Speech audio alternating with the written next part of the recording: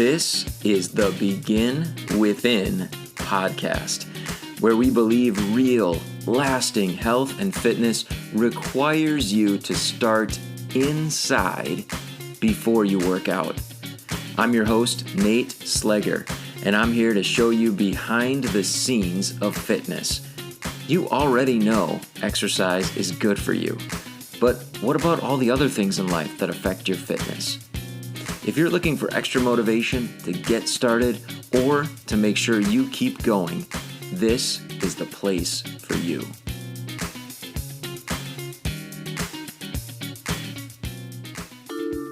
Produced by BeginWithin.fit. If you are working on getting healthier, losing weight, improving your fitness, whatever it is, but you have this feeling that you should be getting better results, you're just not sure what you might be doing wrong. Well, I want to tell you, you are not alone. And that is the very reason why I wrote my latest book, 5 Ways You're Wrecking Your Weight Loss, so that you can take a look at 5 of the most common reasons I see that people aren't getting the results that they deserve for all their hard work. Just 5 really quick fixes that can get you headed toward the results that you want. Check it out. You can download it by going to beginwithin.fit, clicking on the ebook button, or clicking on the link in the show notes. Check out my book. Let me know what you think. My guest today is Alison Bladh. She is a nutritional therapist with over 30 years of specializing in menopausal women's health. She has her own online clinic where she helps to support her clients in managing the negative symptoms of menopause. So I'm really excited about this interview. I am not, as you may have guessed, I am not an expert on menopause by any stretch of the imagination. And I will tell Alison that. I told her that actually when we started off. Before we started recording, I think you're going to hear me tell her that during the interview, that I want to apologize ahead of time for putting my foot in my mouth and maybe just for not being as knowledgeable as I should be. And the crazy thing is that I have worked with so many clients over the years who have questions about weight gain in midlife and the change in their metabolism during menopause, and what do they do with this belly fat after they've gone through menopause? Where did it come from? What's going on with my weight gain? All these questions. And over the years, of course, I have been able to support so many different individuals in pursuing health and wellness and weight loss during that time of life. And we've been really successful. But I think after talking with Alison, I will be even better equipped to help others. And of course, now I have this amazing resource in Alison Bladh herself, as this is what she specializes in. So we're going to pick her brain a little bit today about all of these topics. And here are a few things that I really want you to listen carefully for. I'm going to prepare your mind right now for some of the things that I believe are the most important pieces of my conversation with Alison today.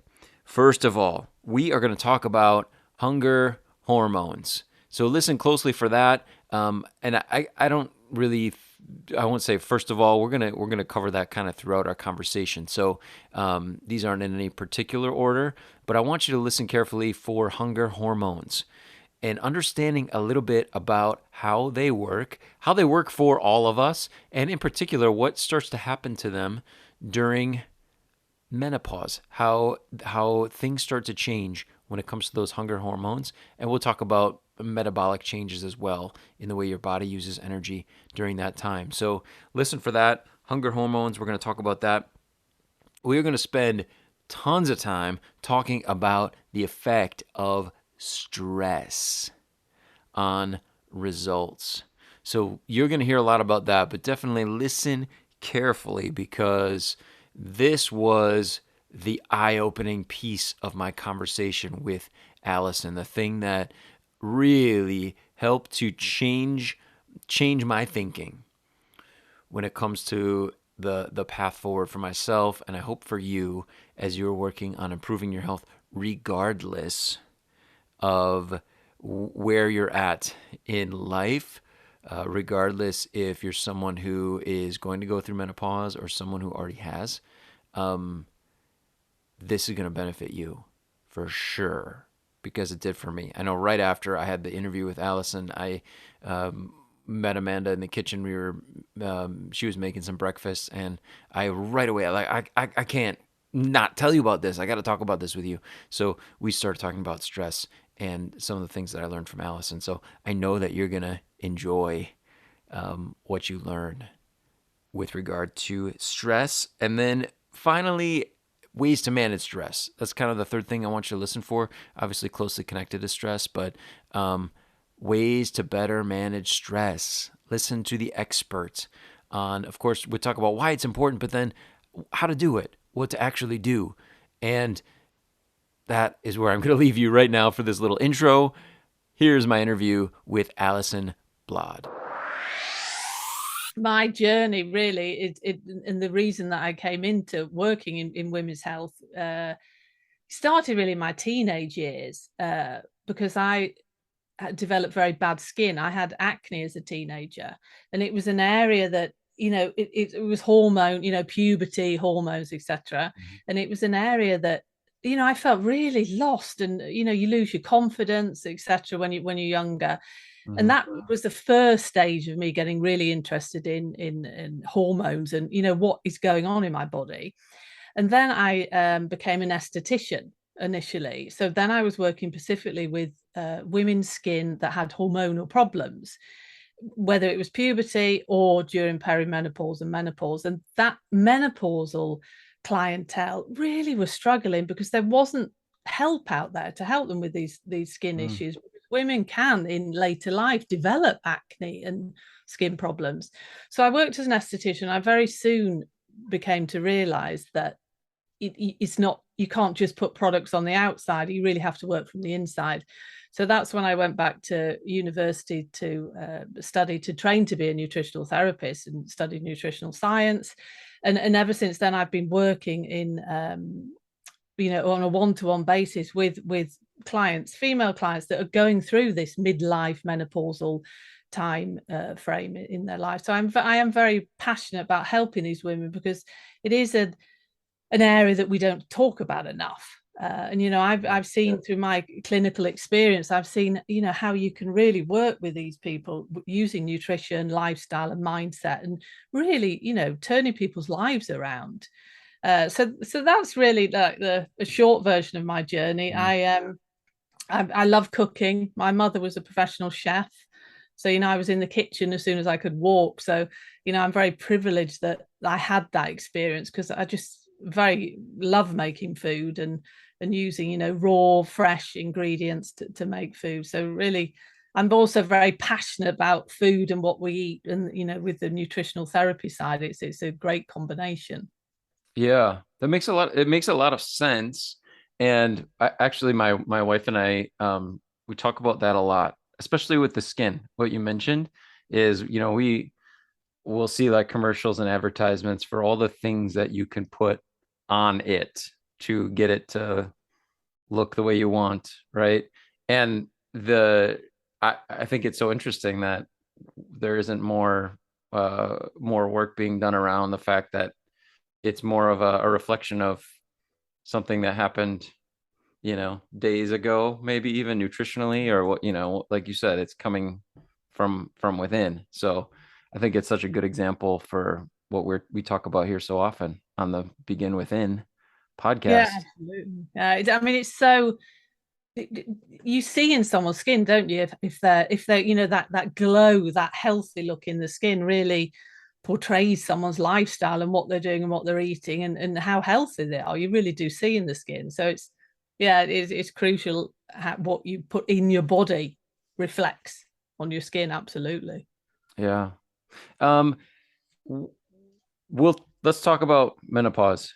Let's dive right in. I said before we started recording, I'll probably put my foot in my mouth and say some things wrong. I'm 40 years old. My wife is younger than me, so that's still in our future. So I will probably need to be corrected at some point in our conversation. Please do. Um, what as you work with the clients that you work with, and I understand that's primarily the age group that you're serving. What are some of the biggest challenges that they're dealing with when it comes to wellness, when it comes to health? What are the things that are frustrating them? What are their pain points? What do you see, Alison? Yeah, I think that I mean, when you come into perimenopause, which is the first stage of menopause, and that can start at the age of 45. There's many, there's over 40 different symptoms that you can start. They gradually just creep up on you. But one of the things that I see with a lot of clients that I work with is weight gain. That is a big thing, and that tends to come around the middle area, around the abdomen area. Hot flashes, that is an area as well that a lot of people suffer with, and that kind of triggers off the night sweats, and then you go into like a vicious circle because you're waking up at night with night sweats. You're not sleeping properly, so it has this horrible effect on your life because you become tired, you become irritable, and then also the like brain fog, lack of concentration, mood swings, irritability. You can be a very calm person, but all of a sudden, when your estrogen and progesterone levels and testosterone levels start to, during perimenopause, it's be like a roller coaster. They can be up and down and all over the place. So you can get really irritable for really no reason whatsoever. I mean, I'm in perimenopause myself now, and I am like to think that I'm quite a calm, level-headed person, but I just find myself, being irritated over really, really stupid things like my husband drinking a cup of tea. You can think, that you could just get really cross about it, and it's fascinating, really, because it is the hormonal levels that trigger that off. Yeah, that's it. So once you get triggered, you're just like, oh, that was fascinating. Exactly. Oh, so um what role does nutrition play in those changes? Actually, maybe let me rewind if you don't mind. When it comes to the weight gain you mentioned, and I think, the individuals I've worked with over the years um from midlife women, that's what we hear as well. So where is that? What all of a sudden happens that starts taking place? Because I think that's one of the questions I hear, like, why is this happening? What's going on? What are the mechanisms behind that? Yeah, that's a great question because there's so many different aspects to it. And when we look at research, we still don't really understand fully why this is, but there's many different aspects or many different things that are happening in the body with the declining hormones. So you really need to look at it from all these different aspects because people are very individual. Mm. uh, One thing that happens when our estrogen levels decline, it has an effect on our metabolism, like our there's metabolic changes that happen. Estrogen helps with gut integrity, so it can affect the microbiome, like the gut bacteria. So you can digest foods maybe differently, you can get constipation. So there's that aspect, and the fact that the metabolism slows down, which really is okay. Estrogen has an effect on that, but it is also a natural aging. That happens with age. That we can't eat the same amount of food that we ate when we were 20 when we're 50. Our body doesn't metabolize it the same. We don't actually need the same amount of energy. Obviously that varies. If you're an athlete, then that would be different if you're older. So that area, you need to look at thyroid health. You see in studies that thyroid health in women deteriorates when we go into perimenopause and menopause. And the thyroid gland, which sits at the base of your neck, it is kind of like the motor of your body. And this has the thyroid hormones have an effect on your metabolism. And it can slow down during menopause. And this has an effect on weight. Okay. That's it. And it can also get forgotten, that thyroid thing, because the symptoms of what we call hypothyroidism, which is a slowing down of the thyroid gland, it's not producing the hormones, are very similar to menopausal symptoms. So that can sometimes, get forgotten. Stress is a huge part of weight loss. I mean, it really is. What I say to my clients is, when they first come to me, majority of my clients are overwhelmed, they're stressed. The first thing that you need to look at and take care of is to manage your stress. Because when you're releasing stress hormones, cortisol is one of them, it's virtually impossible to lose weight, because cortisol is actually what we call a fat storing hormone. So if you're in that chronic stressed state, even if you're trying to lose weight, it's just very difficult. So you need to find stress management ways that suit you and you can fit into your life to really, get those stress levels down to help balance the stress hormones. And also blood sugar management is key in weight management, because if you're constantly eating sugary processed foods and your blood sugar is being shot up all the time, it's the same, that the hormone that regulates your blood sugar is called insulin. And if you're constantly having insulin in your system, it's very hard to lose weight. Again, it's a fat storing hormone. So there's so many. I mean, there's loads of things you could talk about with weight gain. But another thing that I find really interesting is estrogen has an effect on our hunger hormones. And the hunger hormones, there's one called leptin, there's one called ghrelin.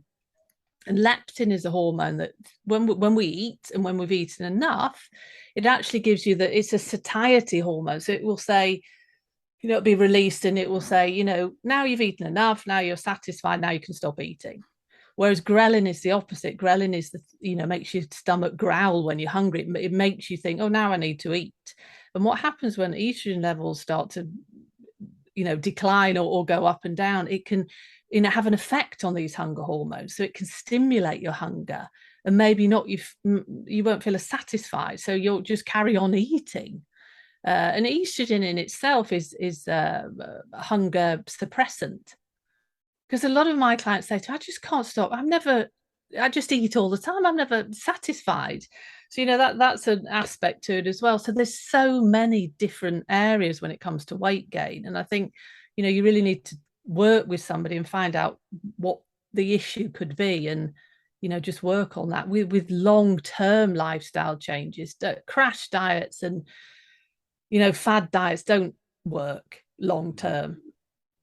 Yeah, absolutely. I love the point you made about stress.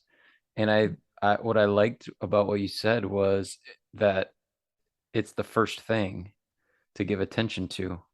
Is that really the case? Like from your perspective, as you're working with somebody, that it's like right away, right? Let's talk about stress, because I think if I can imagine if I came to you, I would be like, I'm going to hear about calories, I'm going to hear about veggies, and you're saying I'm going to hear about stress. Is that right? Yeah, I mean, if someone comes to me specifically with their weight loss goal, Yeah. then I would absolutely talk about stress first, because even when you work as a nutritional therapist, I work with the functional medicine model, where you really look at the whole body. Yeah. To be able to lose weight, I could of course give you this wonderful meal plan and tell you what you should be eating and everything, but if you're constantly stressed, it's not going to have the effect, because your body won't be processing those foods in the correct way. So stress first, and then blood sugar balance, really getting those insulin levels down, so you're not again storing fat. And Okay. it's also very interesting how when a woman goes into, when you've gone through menopause and you're in post-menopause, which is the stage afterwards, your body does produce a very small amount of estrogen from your adrenal glands, and they sit on top of your kidneys because your body knows that you need a little bit of estrogen to keep healthy. And what happens when you're constantly stressed, your body will always prioritize stress hormones like cortisol. So if you're constantly stressed, your adrenal glands are going to be saying, okay, I'm going to produce stress hormones, and that the estrogen will be put on the back burner. So you won't be producing these estrogens that you need. So I mean, it just so all interlinked, really. Yeah. Yeah. And I think I go back to kind of where you started. You talked about sleep and how that can be affected. And I'm, I mean, from what I know that affects our dealing with stress as well, right? Our ability to recover from it. So I guess my next question for you then is with regard to stress, what might be some of the best ways that people can begin to deal, I don't want to say deal better with it, or just handle stress? How do we correct it? Yeah, that it again, it's very individual. It's a difficult one because we all lead such busy lives, don't we? We're all so busy and focused and working, and you have to do what I say. You have to do like a stress audit. You know, you have to realize that you're stressed and it is being detrimental to your health, because you're the only person that can actually do that. You know, it's all very well saying, oh, I'm busy, I haven't got time. But when you become so stressed or you become ill, then you will have to make time for stress management. And you know, it has to be realistic. A lot of, if I said to some of my clients, you've got to do an hour's yoga and you're going to go and meditate for an hour a day, they just laugh because it's just not realistic in people's lives. But doing, you know, something that I really, really love is breathing, like breathing exercises. So if you can feel that you're becoming maybe a bit anxious or overwhelmed, do some deep breathing. Deep breathing is really underestimating the power that it has to de-stress us, because it's actually virtually impossible to become stressed if you're breathing deeply, because it sends a signal to your body that everything's okay. So it won't produce the stress hormones. So breathing exercises, just taking time out, doing something that you like doing, whether it's going for a 10-minute walk, sitting outside, just staring out the window with a cup of tea. It doesn't have to be huge, big things. Just time out for yourself and doing something that you enjoy doing, and making time. That's the crucial thing, isn't it? It's making time. I mean, scheduling it in your agenda. You know, you haven't got time. 10 minutes. Give me 10 minutes a day for stress relief if you haven't got time. You know, having a nice hot bath with Epsom salts, or you know, just lying down outside, whatever. I mean, if you can do yoga and meditation, then great, because they are fantastic for stress relief. But I find the majority of people I work with don't have that amount of time. Okay. Yeah. I like that. I like that it has to be realistic. I love the time out for yourself. Because I think, at least for the people that I'm talking to so often, they're like, well, if I have time, I'm gonna go work out. I'm gonna go beat myself up, right? I'm gonna burn calories, and that could just be creating more of a problem with hormones, cortisol, stress, putting more stress on our body, when what we maybe need more is time out just for ourselves. Yeah. Yeah, totally agree. You know, it's not, of course exercise is fantastic and it's a really important issue, you know, thing that you should absolutely do when you're going through menopause, but in the right amount, in moderation. There should be a balance with that you're not causing, like you say, you know, it can cause added stress if you're really working out too hard. Yeah. um Thank you for sharing those.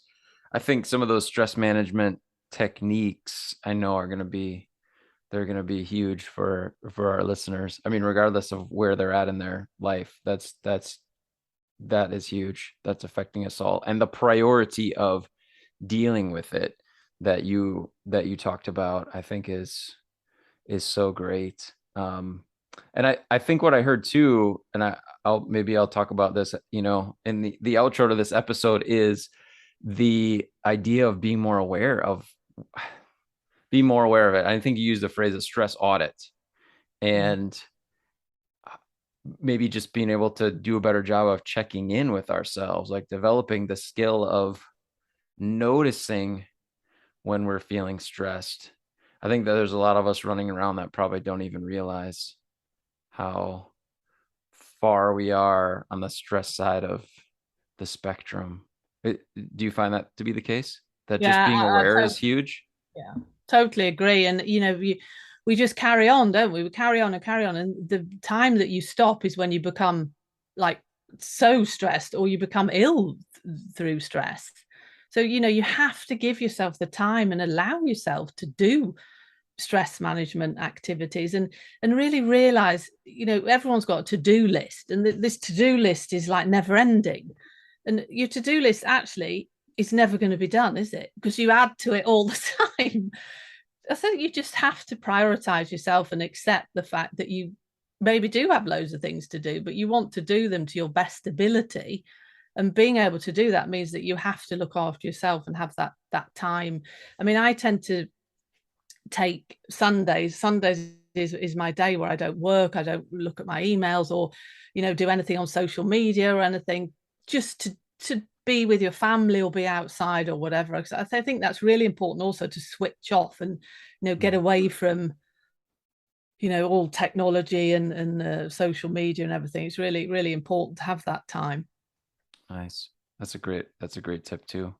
I'm curious from your perspective, and maybe it's something we already talked about, but if somebody's listening, especially they're in midlife, menopause, uh, is a real factor for them. What would you recommend as the best first step when it comes to working on their health? Yeah, that that's a difficult one because there's so many things. But I think for somebody that really wants to take that first step to improving their health and the menopausal health, stress management obviously is key, which we spoke about. But I think another key thing, and this has been shown in research, is to really eat whole foods in balance, and get rid of all the processed, sugary, refined foods.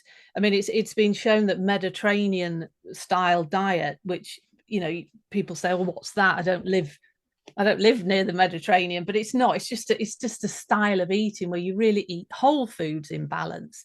You're eating nutritious food rather than something that comes from a packet with 30, 40 different ingredients that really is quite toxic to the body. you know, Fish, white meats, vegetables, fruits, nuts, seeds, all your lovely healthy fats like olive oil, avocados, olives, butter. It doesn't have to be difficult. It's just really making the decision that you are not going to eat all that horrible refined processed foods that is really is causing the health problems in the world today. I can get very passionate about that. The toxic food environments, it's just terrible for our health. Yeah. So start focusing on whole foods, working on limiting or eliminating processed foods, especially with added sugars, um, and then managing stress. Awesome. Yeah, Cool. because that has been shown in research to, if you get rid of all those sugary foods, that your experience of menopause may be better. Things like hot flashes, etc. It Okay. doesn't benefit you eating sugary foods, really. Wow. Good. What's the best way for someone to connect with you, to follow your work, Alison? Yeah, the easiest way is via my website, which is www.alisonbladh.com. On my website, I've got a resources page where there's lots of meal plan downloads and Mediterranean style meal plans and recipes. So that's a good resource if anyone wants that. And then I'm out on all the normal social media, Instagram, Twitter, Facebook, and it's Alison Bladh or Alison Bladh Nutrition. So that's Awesome. I'm easy to find. Okay, awesome. We'll make sure that there's links for people to find in the show notes as well. Alison Bladh, thank you so much for being here with us. It's a pleasure. Thank you so much for having me on your podcast. All right. I told you it was going to be an awesome interview. And I told you that you were going to hear a lot about stress and that hopefully it would change your thinking the way that it did for me. I love the fact that Alison was so open about the priorities that she has to cover with most of the clients that she works with. And it starts for so many. Of course, we understand everybody's different. You and I are different. We're all different. But we're just talking about the common threads, right? The patterns that she sees in her clients, patterns that exist in the world that we live in right now. And stress is a huge part of life. And so managing stress, if we're going to be healthier versions of ourselves, managing stress has to be a focus of each of us in order for us to achieve the health, the fitness, the weight loss, the goals that we have in order to be healthier versions of ourselves. We have to give attention to managing stress. So much so that for Alison, it's priority number one for lots of her clients, followed by then food choices that help to regulate insulin and blood sugar. So definitely we've talked about insulin, blood sugar, and the importance there with so many of our guests. And of course, we talked about stress before, but I don't think ever before I saw so clearly how important it is to give attention to how you and I are managing stress. And it starts with what we talked about, and that is awareness. She talked about doing a stress audit for yourself. Doing a stress audit, just checking in on stress levels. How am I doing managing stress? How might stress be affecting my health? And of course, I know so many are here listening because they want weight loss. They want to lose weight. Well, guess what? We have to pay attention to stress in order to make that happen. Our bodies are not going to cooperate. We're not going to get the results that we want if there is a high level of unmanaged stress going on inside of us. So it starts with the stress audit, right? Being aware of what is happening inside of us. And I think, as you heard me mention in the interview, I think that is the missing piece for so many people. And it goes back to emotional intelligence. Maybe down the line we'll do an episode on just emotional intelligence and the aspects of that, but it goes back to self-awareness, understanding and being able to recognize emotions, which of course we know, and we talk about these chemicals, right? Cortisol, for example, hormones that run through our bodies, and they serve a very valuable purpose. But if they are unmanaged and get out of balance, then they're going to cause us some negative health results. And so we have to give attention to those. But again, it starts with awareness. It starts with being able to audit. So what I would invite you to do after hearing this episode, as someone who wants to begin within, tune in. Tune into stress. Tune into yourself and think about, feel how you're doing when it comes to managing stress. And if I think one way that we know if stress might be really playing a bigger factor than we're aware is maybe the answer to this question: what are you doing to manage stress? What have you been doing to manage it? And if the answer is I'm not sure, or I haven't been doing anything, then chances are stress is negatively impacting you. I think that we're all in agreement that it's an issue, and it's something that we need to take steps to manage on a regular basis. So that's my question. That's what I want to leave you with. What are you doing on a weekly, and probably even more appropriately, a daily basis in order to manage stress. And we heard about taking a time out. We talked about, really investing time in taking a time out to manage stress. It's not about beating ourselves up, in the gym or in your garage, wherever you might want to work out. Now I have some extra time. I'm going to go beat myself up. I'm going to give my body more stress. Yes, exercise is important, but maybe, no, not maybe. We learned today. Even more important is managing stress, finding a few minutes to do something that helps us to calm down, to chill out, to take a little bit of a time out for yourself and having it in your schedule. So maybe that's the question.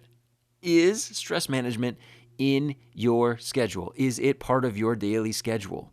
If it's not, let's all commit to putting it in there and getting to work on this really important part of our health. What I'd love for you to do is shoot me a message on Instagram. I know I'm connected with so many of you there. Send me a message on Instagram and let me know how you're doing with managing stress. Let me know where in your day you are scheduling your regular stress management and what that routine looks like for you. Is it taking a walk? Is it staring out the window with a cup of coffee or tea? Is it just breathing? Just taking 5 minutes to focus on breathing and relaxing? Is it doing some really constructive reading on a topic that benefits you? What might it be? What's your time out? When is it? And what are you doing during that time? I want to know about it. And by sending me that message, you can commit to taking that step. So take a look at your calendar right now. I want to invite you to do that and schedule a repeating appointment with yourself for a timeout. How does that sound? Maybe you haven't had a timeout for a long time. This is a good timeout. This is a timeout that's an investment in yourself. This is a timeout that is going to make you better. This is time that you are investing in being better at all the other stuff that might be on your calendar for later today or for tomorrow and the next day. This is an investment that is going to make those things easier to deal with, make you better as you face them. And this is an investment in, just like we talked about today, better health, becoming a better version of yourself, and getting the results that you want along with it. I hope that you really enjoyed this podcast. I know I enjoyed this conversation today with Alison Bladh. Links are in the show notes for you guys to connect with her, to check out her resources. And if you'd be so kind, if you haven't done so already, please rate and review this show in your podcast player. And if you know somebody who is working on improving health and they want to know what really matters, what's really going to help them, then please send them this episode. Share this with them. Tell them about the time out that you're going to start taking and encourage them to do the same. I want to thank you so much for being here with me on the Begin Within podcast.